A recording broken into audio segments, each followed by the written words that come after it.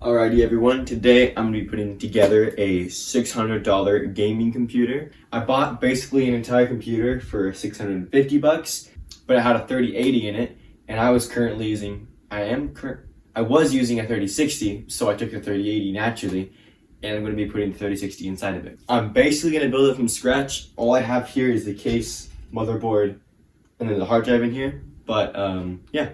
I'll go through the whole build process, show you what I do, show you how to put together this computer. Gonna start with some gloves.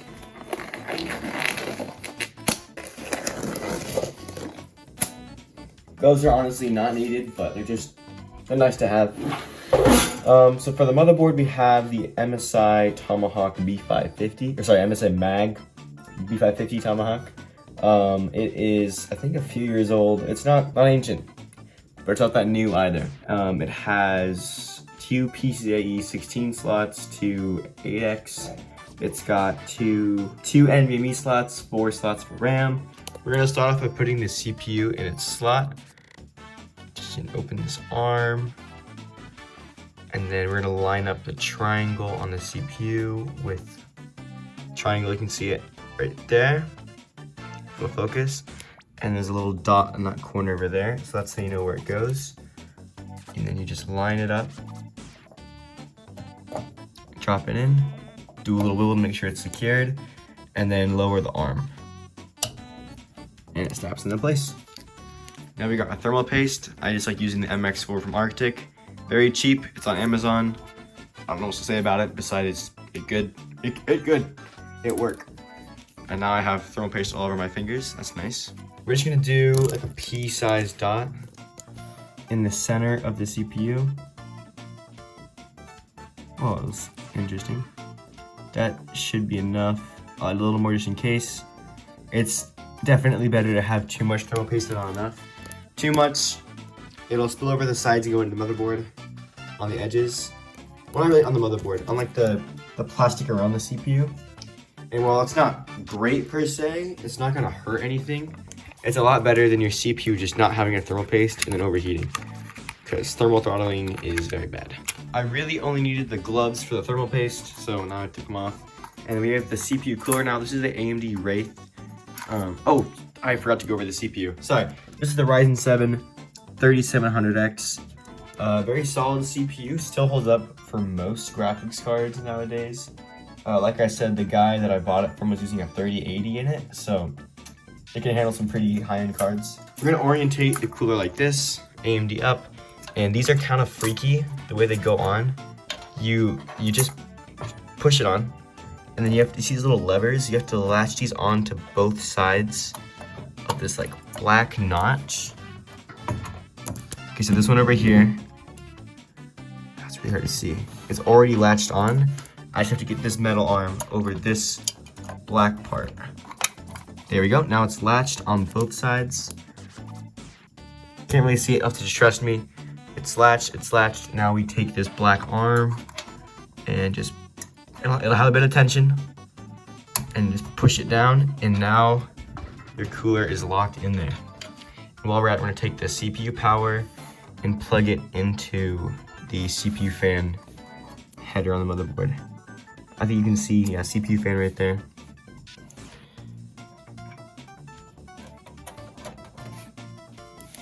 And now that's plugged in, and we can just tuck this in between heat spreader and CPU cooler. Boom, now that's in. The Wraith coolers usually come with the CPUs. I think you can buy them separately, I'm not 100% sure. But yeah, we're gonna do RAM. We have two 8GB sticks of DDR4 3200. I think it says it right here, yeah. And I forgot exactly why, but it's always best to put your RAM slots in the second and fourth slot instead of first and third. So make sure the notches line up, that's backwards. And then we're just gonna line it up here. And then now it's in. And the same with this stick.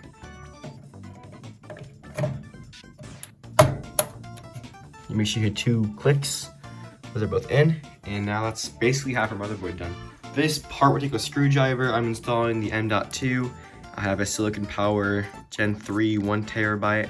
What I need to do is take off this heat spreader right here. I'm using it because it says lightning on it, and lightning is really fast, so that's where it should go. The guy I bought this PC from was complaining about how slow his computer was, and when I turned it in after I bought it, I found out he had Windows installed on his hard drive instead of his SSD. So he had an SSD, but he wasn't even using Windows on it. He was using Windows on his hard drive, his slow old hard drive, and then having all his games stored on his SSD. So make sure when you install Windows that you do it on the SSD. Always double check your RAM. Okay, that's in. Now we're gonna put the heat spreader back on. SSD's installed. Now that's pretty much our entire motherboard done. Now we can get to, I'm gonna do the power supply next. So for the power supply, this is totally overkill, but we have the Corsair, I think it's mag. No, it's not mag, just the Corsair RM850X. 850 watts is way more than enough for this build. I seriously contemplated using my 500 watt power supply in this, but I decided not to. But I definitely could have. Okay, so we're gonna flip this John backwards. You can see all, ooh, no. You can see all the cables that I need for the front panel. What is this stuck on? Oh. Yeah, I need to buy some actual like computer adhesive and not use duct tape. I just didn't have time to, so I'm compromising. So usually I do my power supply and my front header stuff at the same time. I'm gonna do power supply first because all of the cables are a lot chunkier, and I don't want to have one of these small guys get destroyed because I'm forcing some big thick cable in behind it. So yeah, I'll start with the power supply. This power supply is modular, so I only put in what I needed, which is motherboard power, CPU power, PCIe, and then also a SATA because I have a hard drive, and I also want to power my light, my LED, what's it called, controller. And also in this case, I noticed there is a there's a grate down here at the bottom for airflow. So I'm going to install the power supply with its fan facing down. That way it sucks in cool air from the bottom. And once my power supply is lined up with the back, I can screw it in and make sure it doesn't go anywhere. Power supply is in. Now I'm going to route all these power cables where it's convenient. So motherboard power, obviously going to go up here to the motherboard power place. Actually, I'm going to plug it in right now because I can.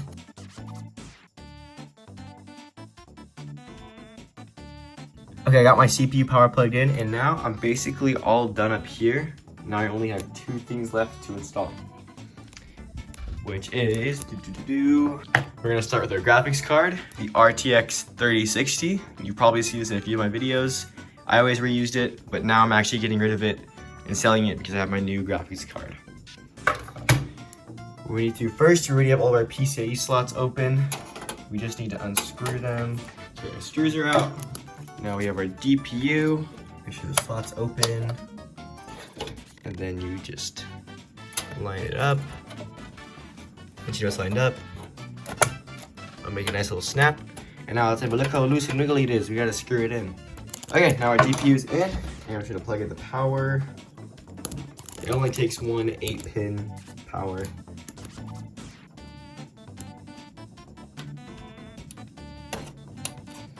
Boom. And we're just gonna stuff this back here because there's no reason for it to be that long. That's what, never mind. Okay, now this is our full functioning PC. Everything should work, but there's no Wi-Fi built into this motherboard. So I need to get a Wi-Fi card. And by get, I mean open up the one that I already have. We'll just need some Windex. But yeah, that is our PC. Let's boot it up. Okay, now we have my test set up. Here's the computer.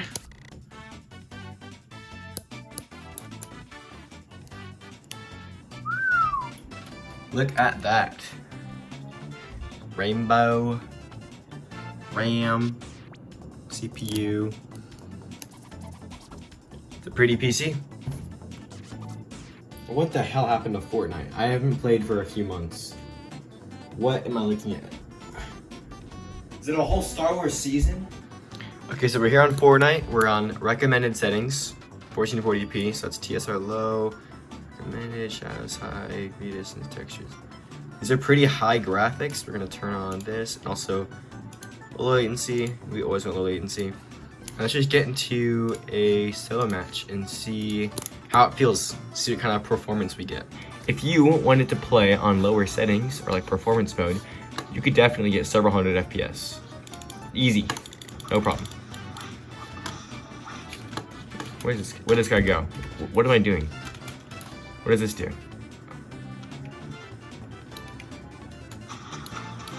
Flaming Guru. Definitely a real person.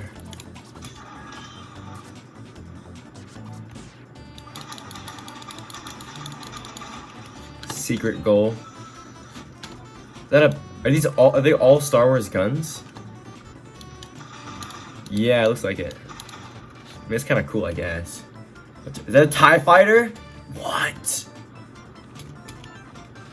No way.